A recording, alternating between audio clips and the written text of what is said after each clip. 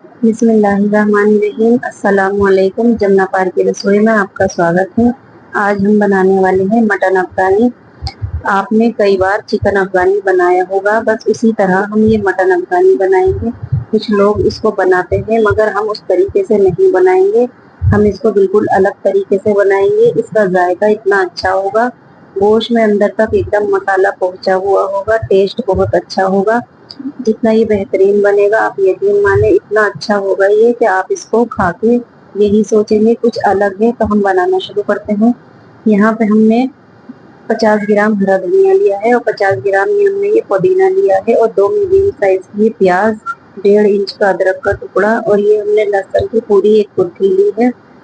तो ये मसाले जो आम तरीके से जो बनाते हैं वो इसी तरीके से बनाते हैं, ये बाद में पीस के डालते हैं मगर हम इसको पहले ही डालेंगे। यहाँ पे हमने ये 200 ग्राम दही लिया है, तो दही हम इस मसाले में डालेंगे। हमें पानी नहीं डालना है क्योंकि पानी ज्यादा हो जाएगा तो फिर ग्रेवी को सुखाने में बहुत ज्यादा टाइम लगेगा, तो इसीलिए हमने दही डाला है क्योंकि मैरिनेशन में दही भी जाएगा।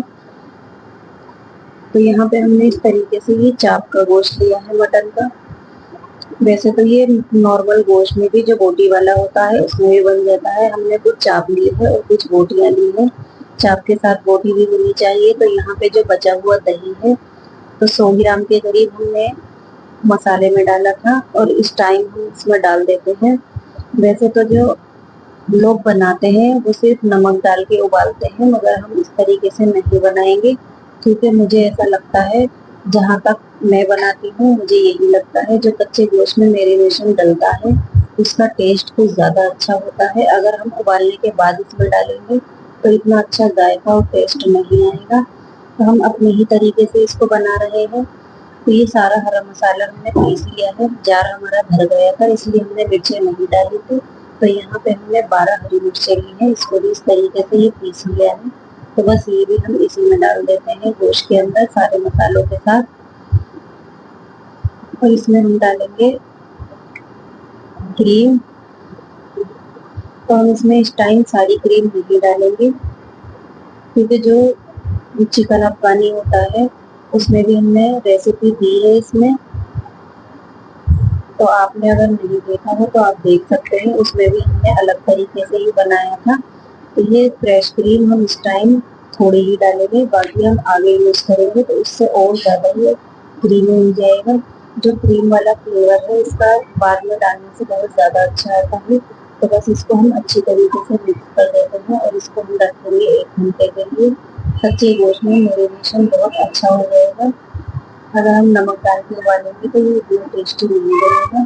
तो बस इसको अच्छी तरीके से हम मिक्स कर देते हैं सारी चाप के ऊपर, बोटियों के ऊपर, ताकि ये अच्छे से डिप हो जाए, मसाले का फ्लेवर इसमें बहुत अच्छी तरीके से आ जाए।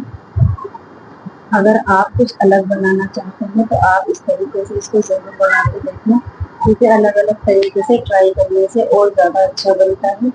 एक ही तरीके से कोई भी चीज़ अगर आप बनाएंगे तो वो खा खा के थोड़ा मन भी बढ़ जाता है। जब कुछ डिफरेंट करेंगे तो उसका जायका भी अलग होता है। बस इसको हम रखते हैं 1 घंटे के लिए। 1 घंटे बाद हम आपको दिखाते हैं।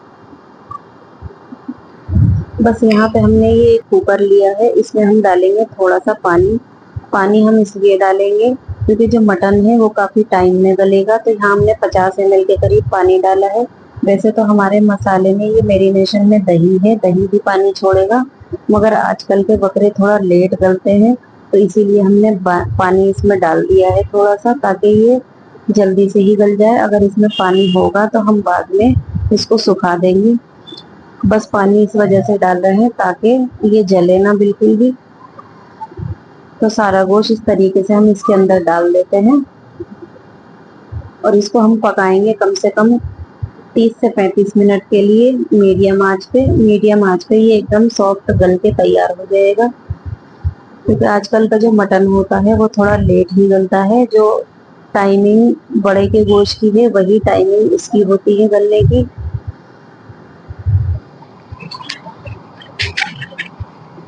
मसाला हमें इसका बचा के रखना है, मसाला हमें नहीं डालना है सारा, सिर्फ जो बोटियों पे लगा हुआ है बस वही डालना है। बाकी इस मसाले को हम बाद में अलग से भूनेंगे, तो इसलिए हमें मसाला इसका बचाना है। आपको सारा मसाला नहीं डालना है। तो यहाँ पे इस तरीके से हमने ये सारा ही गोश्त डाल दिया है। ये इतना इसका मसाला बच गया है, तो इसका हम यूज बाद में करेंगे। तो यहाँ इसको आधा घंटा हो चुका है, एक बार हम खोल के चेक कर लेते हैं। यहाँ देखें ये बिल्कुल सही है, बस थोड़ा सा हमें इसको सुखाना होगा, इसमें ज्यादा पानी नहीं है। अगर हम पानी नहीं डालते तो ये जल जाता। तो ये गोश्त भी अच्छे से गल चुका होगा। तो एक बार हम चेक कर लेते हैं। ये इस टाइम काफी गर्म है। बाकी हमें एकदम से इसको ज्यादा एकदम सॉफ्ट नहीं करना है, बस इसी तरीके से, क्योंकि अभी हम इसको फ्राई भी करेंगे तो फ्राई करने में भी ये गलेगा, फिर हम ग्रेवी में पकाएंगे तो उसमें भी ये थोड़ा गल जाएगा। तो बस इतना बहुत है, हम इसको फ्राई कर लेते हैं। ये देखें कितनी अच्छी तरीके से ये फ्राई हो गया है, बिल्कुल भी इसमें अब पानी नहीं है। तो हम यहाँ पे एक पैन रख देते हैं इस तरीके से। इसमें हमने डाला है मक्खन, तो मक्खन को थोड़ा सा हम मेल्ट कर देते हैं इस तरीके से, और मक्खन में हम इसको फ्राई करेंगे चाप को। तो इससे टेस्ट भी बहुत अच्छा आएगा और हमारी चाप के ऊपर कलर भी बहुत प्यारा सा आ जाएगा। तो ये स्टेप आपको जरूर करना है। वैसे तो आप मक्खन बाद में भी डाल सकते हैं, आप इसके ऑयल में भी इसको फ्राई कर सकते हैं, मगर थोड़ा सा टेस्ट बढ़ जाएगा इस तरीके से। तो बस ये सारी चाप हमने पैन के अंदर डाल दी है। इसको भी हम 5 से 6 मिनट के लिए देखें इस तरीके से फ्राई करा है। तो ये एकदम भुनी भुनी सी हो चुकी है, बस थोड़ा सा कलर हम लेके आते हैं। तो यहाँ पे हम इसको साइड में रख देते हैं दूसरे चूल्हे पे, और यहाँ पे हम इसकी ग्रेवी की तैयारी करते हैं, तो काम थोड़ा जल्दी हो जाएगा। तो यहाँ पे हमने 200 ml के करीब ये सरसों का तेल गरम कर लिया है, और इसको हमने नॉर्मल कर लिया था पहले ही। तो ये जो मैरिनेशन का बचा हुआ मसाला है, ये सारा इस टाइम पे हम इसमें डाल देते हैं और इसकी भुनाई कर लेते हैं अच्छी तरीके से। आंच हमारी इस टाइम मीडियम होनी चाहिए, क्योंकि इसमें दही है। यहाँ पे ये देखें इस तरीके से छींटे आ रही थी, तो हमने ढक दिया है इसको। जब तक आपके मसाले में छींटे आएंगी तो आपका मसाला बिल्कुल नहीं भुनेगा। जब छींटे आनी बंद हो जाए तो आप समझें कि आपका मसाला भुन चुका है। तो ये देखें ये चाप पे भी अच्छा सा कलर आ चुका है, तो इसका गैस हम कर देते हैं बंद। 5 से 6 मिनट में ये चापों पे अच्छा सा कलर आ चुका है, तो इसको हम हटा देते हैं यहाँ से और मसाला देख लेते हैं हम। ये देखें इसमें अब बिल्कुल छींटे नहीं आ रही है, तो बस इसको चला देते हैं अच्छी तरीके से एक बार हम। और यहाँ पे हमने जो चाप फ्राई करके रखी है वो डाल देते हैं। ये देखें बिल्कुल बेहतरीन तरीके से ये हमारा मसाला भुन चुका है। तो बस ये सारी चाप इसके अंदर हम डाल देते हैं। हमने कुछ मसाले हैं जो अभी नहीं डाले हैं, वो हम इस टाइम पे डालेंगे, क्योंकि बहुत से मसाले ऐसे होते हैं जो हम बाद में डालते हैं तो उसका फ्लेवर बहुत अच्छा आता है, तो इसीलिए हमने बचा के रखते हैं, हमने नहीं डाले थे। यहाँ पे 1 चम्मच हमने भुना कुटा जीरा लिया है, 1 चम्मच हमने ये काली मिर्च ली है, 1 चम्मच ये गरम मसाला, और 2 चम्मच हमने ये कसूरी मेथी ली है। तो ये मसाला हम इस टाइम पे डालेंगे। और बाकी हमने काजू का पेस्ट बनाया है, 20 काजू लिए थे हमने, उसका हमने दूध डाल के थोड़ा सा इसमें और इसका पेस्ट बना लिया है, तो ये भी हम इसी टाइम पे डालेंगे।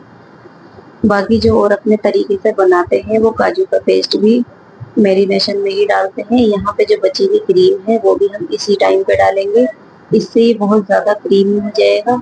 ये देखें कितना बेहतरीन सा हमारा ये मटन अफगानी बन के तैयार हुआ है। तो ये इसको हमने अच्छे से मिक्स कर दिया है, मगर हम इसको 5 से 7 मिनट के लिए ढक के पकाएंगे, तो ये सारी चाप में और ये मसाला एक दूसरे में अच्छे से मिक्स हो जाएगा। तो यहाँ देखें इसको 7 मिनट हो चुके हैं। ये देखें कितना बेहतरीन सा इसका मसाला हो चुका है, ऑयल भी सारा ऊपर आ चुका है। ये आप देख सकते हैं ये कितना क्रीमी कितना थिक सा हो गया है। बस ये हमारा बेहतरीन सा मटन अफगानी बन के तैयार है। हम इसको 5 मिनट बाद डिश आउट करते हैं, दिखाते हैं आपको। तो ये हमारा बेहतरीन सा मटन अफगानी बन के तैयार हो चुका है। मैं एक बात आपको बताना भूल गई थी, ये मैंने 1 किलो मटन लिया था, और जो हमने क्रीम से पहले 1 चम्मच जो डाला था वो नमक था। ये भी मैं बातों बातों में भूल गई हूँ, तो सिर्फ हम इसमें नमक ही डालेंगे। तो आप इस तरीके से इसको जरूर ट्राई करके देखना। रेसिपी अच्छी लगे तो लाइक करना, शेयर करना, सब्सक्राइब करना, हमारी हौसला अफजाई करना। हम फिर मिलते हैं किसी नई वीडियो के साथ। तब तक के लिए अल्लाह हाफिज।